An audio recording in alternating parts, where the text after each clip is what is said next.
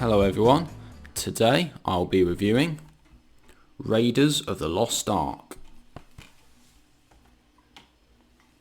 So Raiders of the Lost Ark came out in 1981 and was directed by Steven Spielberg, and this film is about an archaeologist named Indiana Jones, who is played by Harrison Ford. And in this film, Indiana Jones is trying to locate and find and bring back the Ark of the Covenant, which is this ancient object which is very powerful and can apparently make an army invincible. He is joined on this adventure by Marion Ravenwood, who is played by Karen Allen, and obviously, because the Ark of the Covenant is a mysterious object which is lost somewhere, there are other people trying to find it as well, some of whom are Nazis.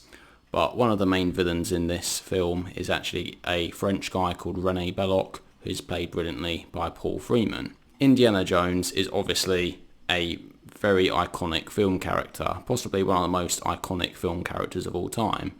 Definitely one of the most iconic film heroes of all time especially. Harrison Ford really plays Indiana Jones so well, and I think the reason that this film works so well is Indiana Jones is such a likeable protagonist, because although he is a bit cocky and a bit full of himself really, he kind of says a few funny lines here and there, he is actually not a perfect character in that we do see him get beat up quite a bit in this film. He does tend to get punched quite a bit. He gets knocked down a lot, but he always manages to get back up again, and he does pull a few punches himself.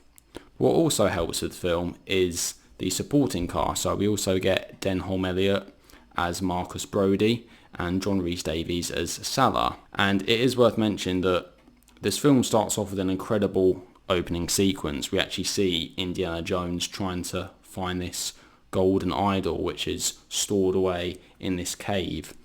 And we get some fantastic sequences when he's running away for some booby traps. And then there's a very iconic scene where Indiana Jones is running away from this giant boulder which is rolling behind him.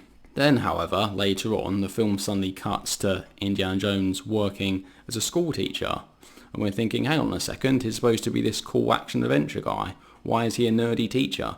But it's one of those moments where it shows that he's got different sides to his character. He's obviously a very intelligent man, but he also likes to get stuck in, and is obviously an outdoors type person and likes to go and discover new things and find all these hidden objects. So he's a very interesting character and very likeable. I can't do a review of this film without mentioning the music by John Williams. John Williams is obviously probably the most famous film score composer of all time, and he's done some incredible scores in many films, particularly ones like Jaws and E.T., but this one is one of my favourite scores of all time, the Indiana Jones theme. It's so catchy and it's played here and there throughout the film, and it's just a fantastic piece of music, that theme tune. But there's also lots of other pieces of music throughout this film that just set that action-adventure tone really well and actually build up the tension quite a lot in a few scenes where the characters are discovering something new and we as the audience are thinking, okay, what is around the corner here? John Williams' score is always there and it always works absolutely perfectly. Now, obviously, Indiana Jones is a famous character because there have been quite a few films after us. There have been 3 films that have come after this. There's been The Temple of Doom, which was actually a prequel to this film. Then we had The Last Crusade. And then, quite a few years later, we had Kingdom of the Crystal Skull. Now, I actually love all the films in the Indiana Jones series, even Kingdom of the Crystal Skull, although, admittedly, it's not as good as the first 3. But this one is possibly my favourite. I think it's fantastic. It really stands on its own as an excellent film, and you don't necessarily have to watch all the films in the Indiana Jones series in order to appreciate it. If you have to watch one, then obviously you must watch this one. Although I do also really like The Last Crusade, possibly because Sean Connery is in it as Indiana Jones' dad. But this is a solid action-adventure film, and in some ways it's a very old-fashioned type of film. It's very reminiscent of those 30s and 40s action-adventure films, especially ones like Treasure of the Sierra Madre with Humphrey Bogart, which is also an excellent film. I must also mention Ronald Lacey, who plays a Gestapo agent in this film, and he's a very good character. He's a very creepy sort of villain, but he actually doesn't have much dialogue in this film at all, and perhaps that just adds to his creepiness is always there, hanging in the background. I've seen this film plenty of times now. I used to have it on DVD and now I picked it up on Blu-ray so I could watch it for this review, and it's one of those films I can come back to time and time again and always enjoy and always actually see something new, because this is one of those films that it's got lots of depth to it because the characters are absolutely fantastic. Just this whole world, all these different settings throughout the film, whether it's in Africa, in Cairo, or whether it's back in America, or all these different places that Indiana Jones goes to.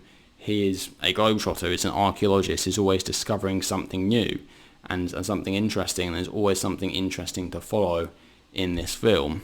And I have to say, although some of the special effects in the film, they do look a bit dated now, obviously, bear in mind this was 1981, I think this film was aged generally very well. All the action scenes, they look pretty good. We get an excellent car chase scene, which is very well done. The only real major letdown in terms of the special effects, I think, is the scene right at the very end, which I won't really spoil, but it does look a little bit cheesy, but it's still very enjoyable and an excellent way to finish off the film.